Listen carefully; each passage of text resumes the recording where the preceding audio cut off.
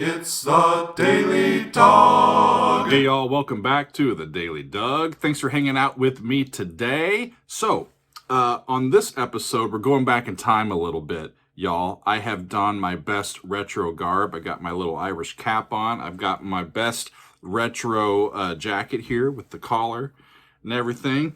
We are going back in time to the late 60s.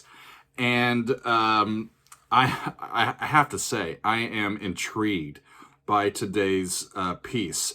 The band that we're going to be looking at today is called The Nice, and I have not heard of this group before. My friend Murdoch over on Patreon was saying, you got to do music by The Nice.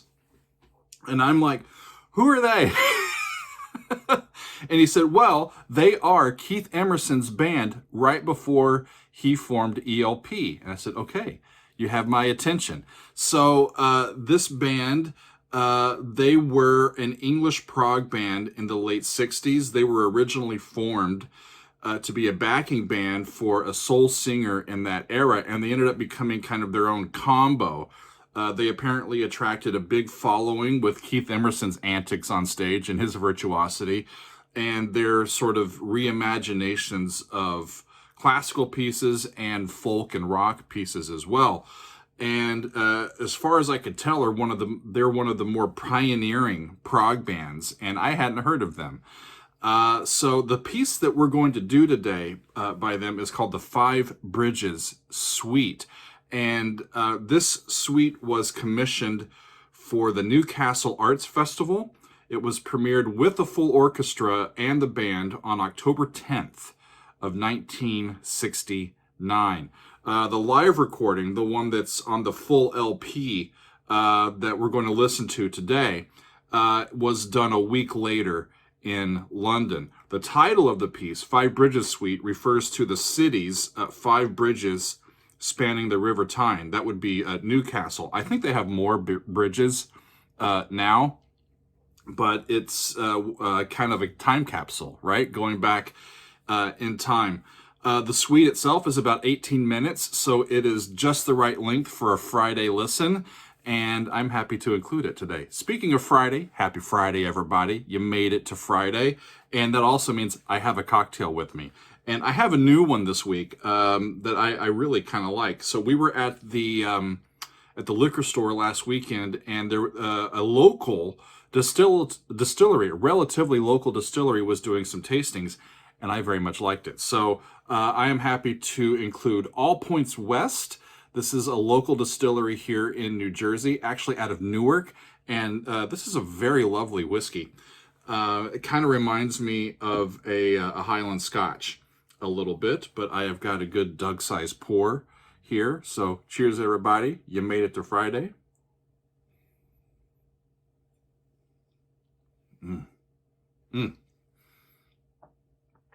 Okay, I think we can do it now. So for this recording, we've got Brian Davison on drums and percussion, Keith Emerson on keyboards, and Lee Jackson on vocals and bass. They are the trio that make up The Nice. They are joined by the Symphonia of London.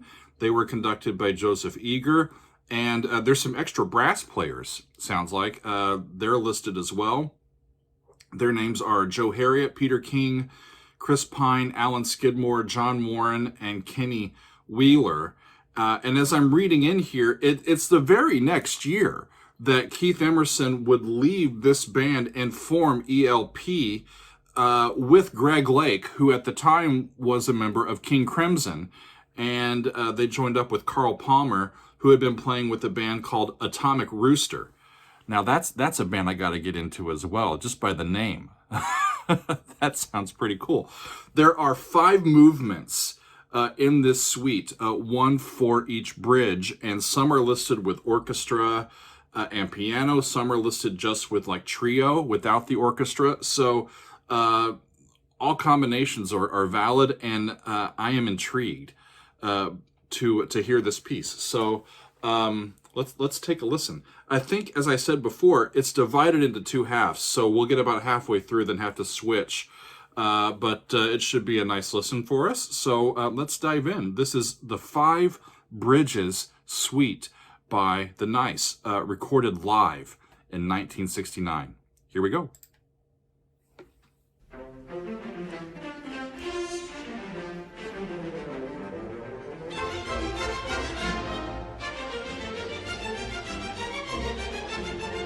Makes me happy to hear the orchestra.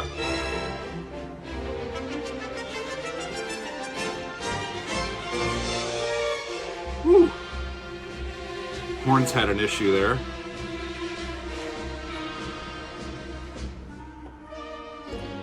This opening section is called Fantasia.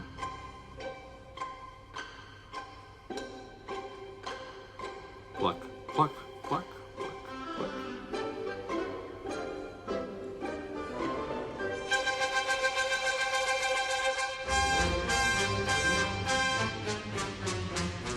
Kind of reminds me of the music that was used a lot for cartoons back in the day, right?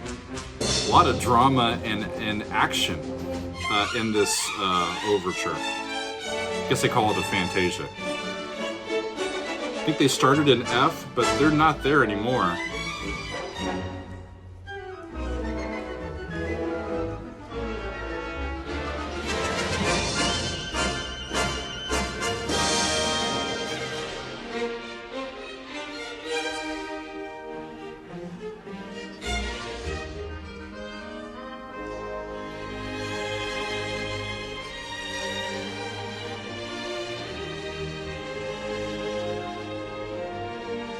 Sounds like fa to mi, to do. I think they're in E flat.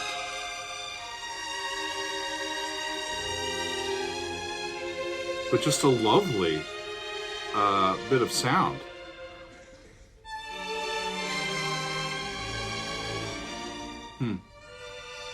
It's not music that I would have, it's not orchestral music that I would have expected to hear from this era.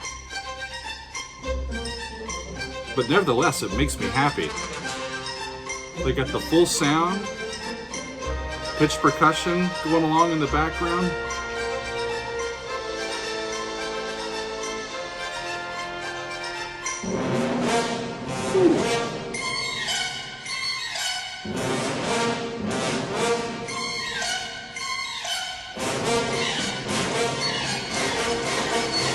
Tritones involved in that.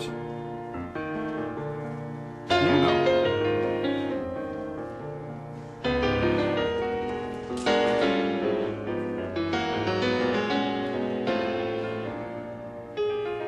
When have you ever heard an orchestra start off a piece like that and you go straight to like jazz like that?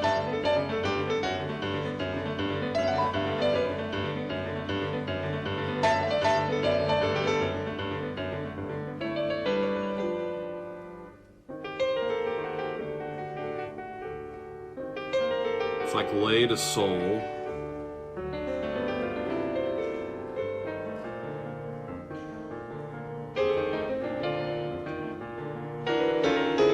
I have a feeling trying to follow the progressions are going to be a little bit trickier.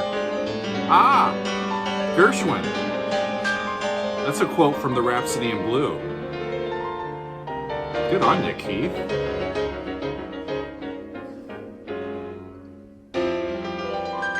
Woo!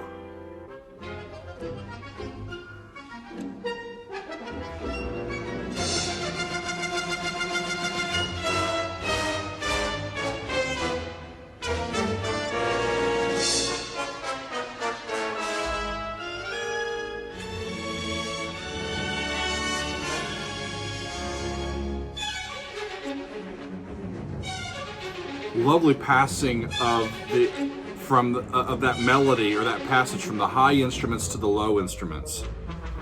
It's really well orchestrated.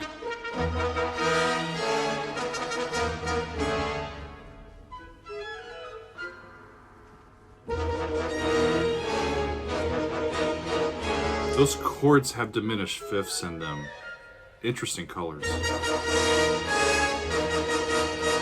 Parallel motion. Again, clarinet starts it, oboe continues it, and the flute finishes that idea. It's a really neat orchestrational technique.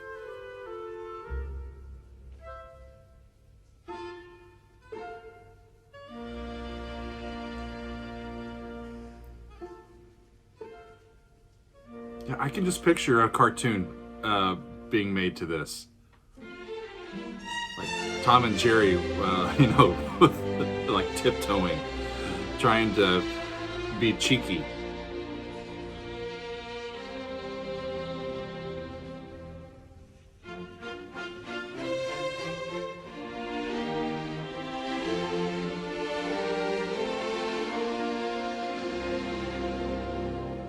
Five chord.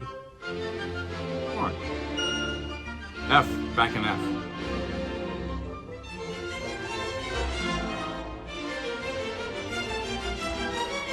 The joys of live recordings. There's spots here where the orchestra isn't entirely together. We'll forgive them.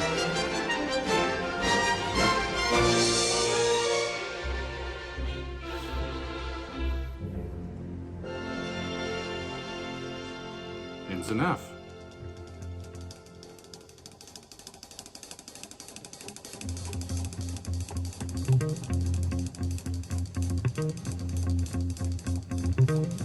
All right.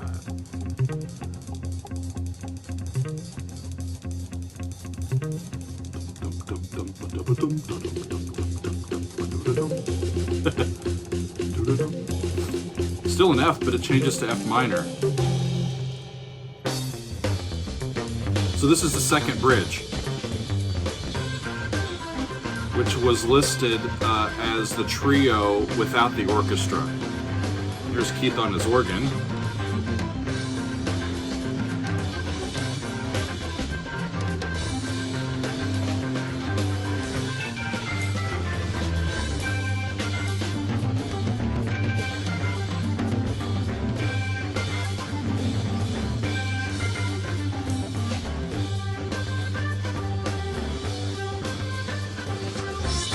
Bridges cross the Tyne and the city sits close by. 5 bridges cross the Tyne and the city sits close by. Seems to cry. There's no good complaint about dirty air, 'cause there's nothing much else to breathe. There's no good complaining about dirty air because there's nothing much else to breathe. You do not want to leave. British Friends back in the day was Newcastle, like one of these like polluted areas, smokestacks and commerce and stuff.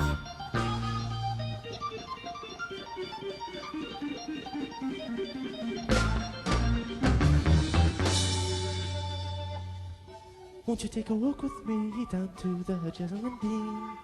Very good.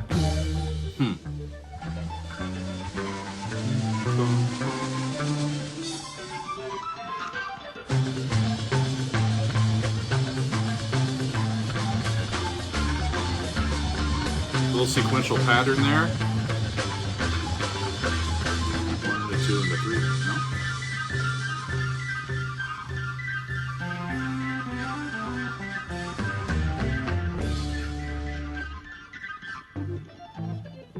No? Boy, he's amazing on that instrument, isn't he? And so that's the end of that first clip. So we're transitioning to the second clip and the culmination. Here we go. I still think we're on the second section.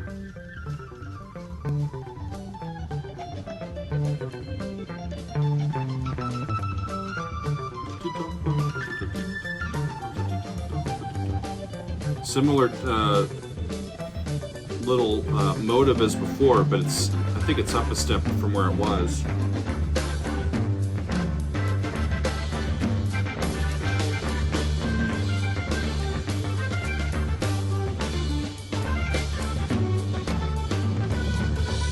But what a truly unique recording.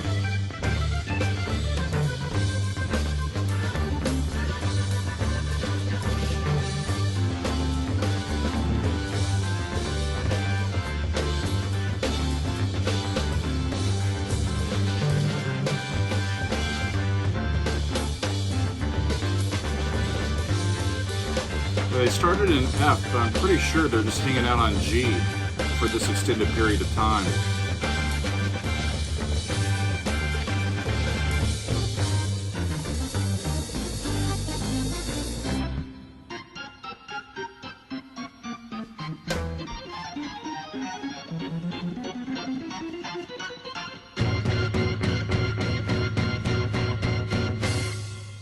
Let me in, says Keith. Oh, there comes the orchestra.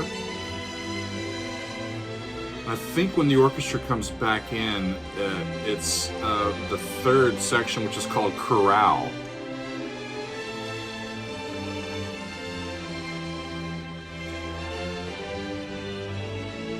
Ooh.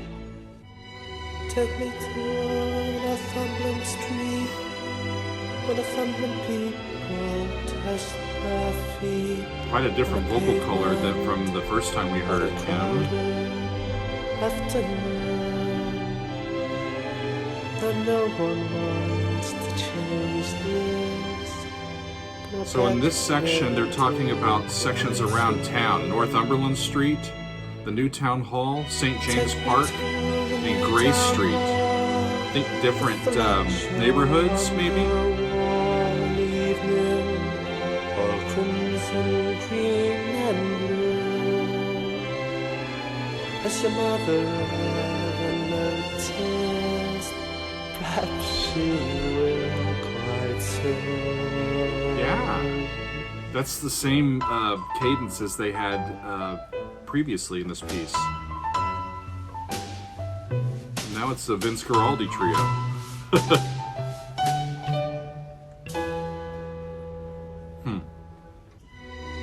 And then back to the orchestra. Fascinating. Take me to St. James's Park, where St. James's people park their feet on a Saturday. United there they stand.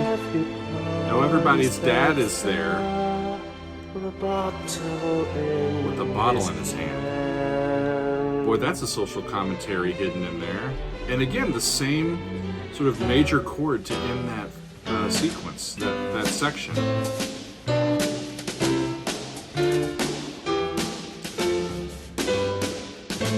Just right up the scale, guys.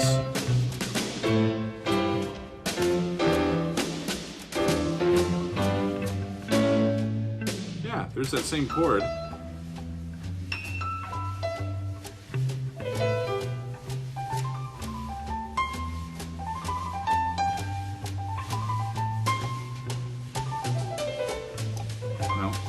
I was going to see if they included that major chord again, because they're kind of playing. Yeah, there it is. They're playing in like these like minorish sounding keys, lots of 7 chords, and just kind of jumping around. And then they end each of these sections on this sort of major chord out of nowhere. I think it's an A chord that they end up on. Take me down to Gray Street. So here's Gray Street, where no great people ever meet. Very cool. I don't suppose you've been there. That don't change the rule. His voice is a bit underwhelming. But nothing wrong with it. Just doesn't have a lot of color in that last section. It's kind of on his breath and not really engaging his tone a whole lot. Okay.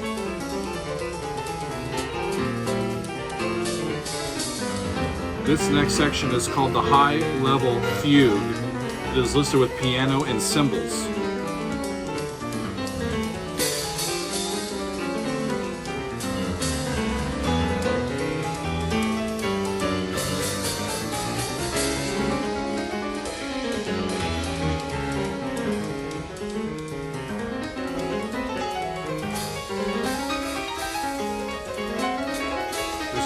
Episode in there. Sequential pattern, which you often find in fugues.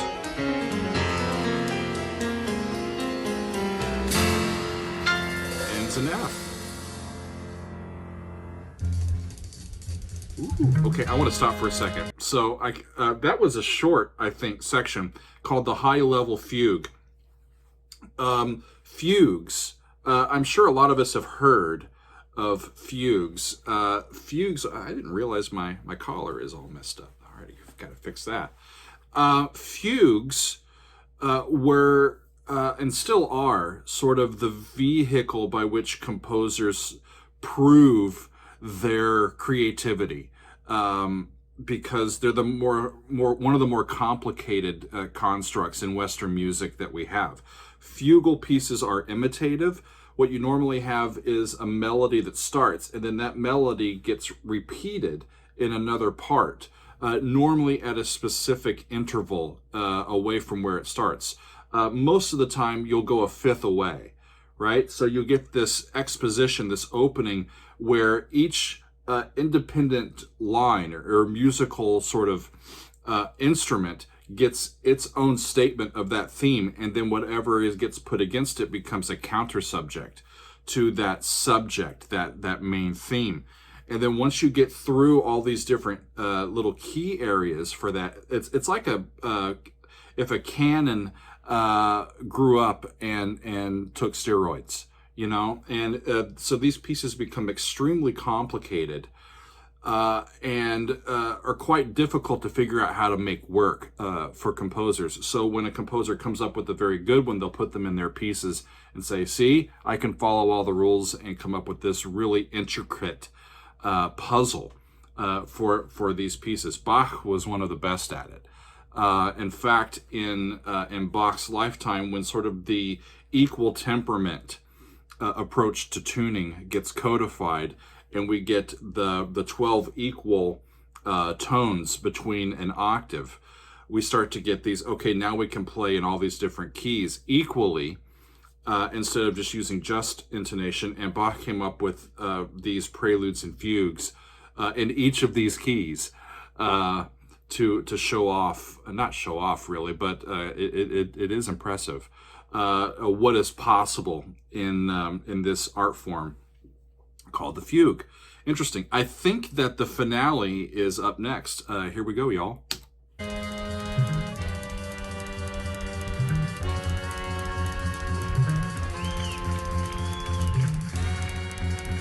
So I think that the audience is clapping because you've got some extra brass players joining the combo. Saxophones in there for sure.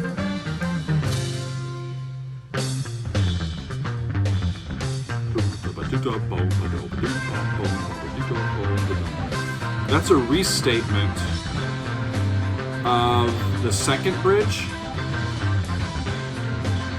I think. Some of that music.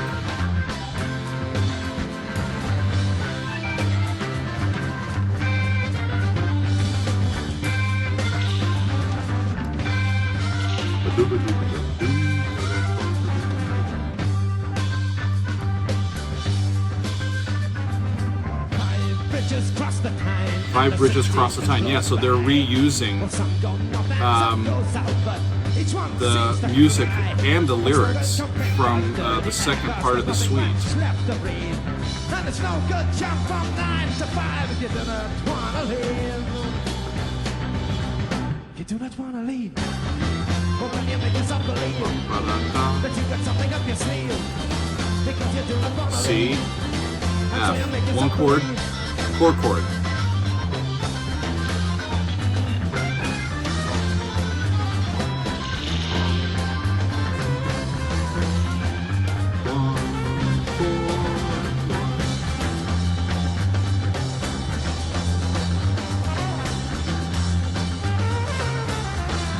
Trombone, gotta be. They're doing a solo.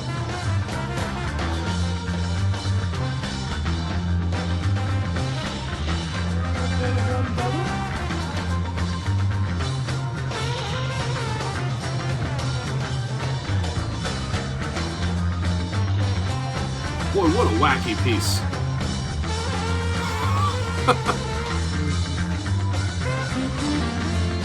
You couldn't define this piece by any one style, right? So it makes it fun.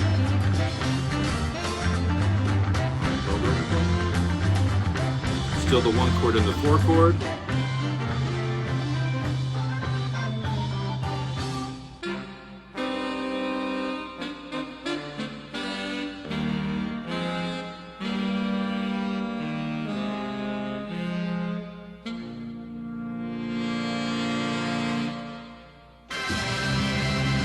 Huh.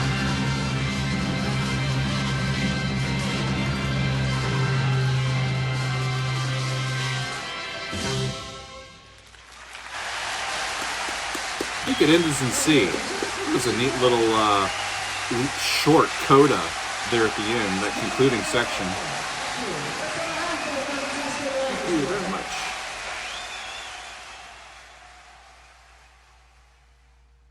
Wow. I had no idea this existed, y'all. I had absolutely no idea. And I still don't know what to make of it. The one thing I will say is I think that this moment, this era in history, is one of the only moments or only times that something like this could really be attainable. You've got symphony orchestras, town orchestras that are used to doing stuff, and you've got the new era coming up, the rock and roll players, and they are curious about all of the colors that are available to them in the orchestra. Like, can we play with you? And most orchestras are like, no. We have our own history and our own repertoire, and saxophones aren't allowed in the orchestra for sure. So get out of here. You know, and I think that orchestra started to become exclusionary after this. In fact, I am on the board of a community orchestra here in New Jersey, and back before the pandemic started, we were trying to figure out what pieces, maybe from 50 years ago, because the orchestra that I help was celebrating their 50th anniversary coming up like last year, and we're like, okay, so what from 1970 or 1971 that's orchestral can we use to highlight, hey, this piece premiered 50 years ago when the orchestra was in its first year? And we couldn't come up with hardly any like orchestra pieces built for a symphony orchestra that would be interesting to listen to, fun to play, that people would actually want to hear. So we're like, screw it, we're just going to go with Beethoven. Right? And that was before the pandemic kind of screwed all that up. But knowing that this exists, like this is what the orchestras were starting to do. The composers of that era, specifically like the classical composers of that era, were not writing music that sounded like that.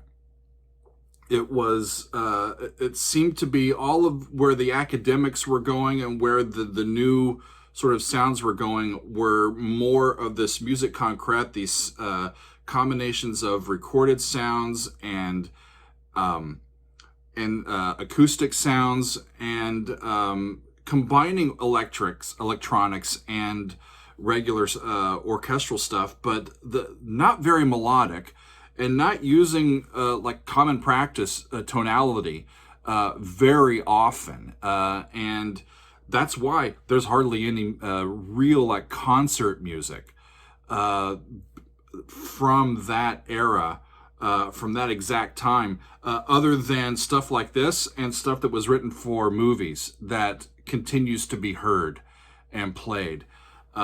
So that's fascinating. The nice. I had no idea these folks existed. Murdoch, thanks for suggesting this. This was quite fun.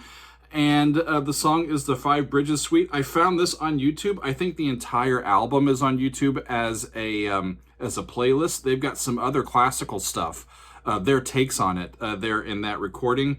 And wow, journey back in time to 1969. And that was quite a lot of fun. So cheers, y'all. Happy Friday.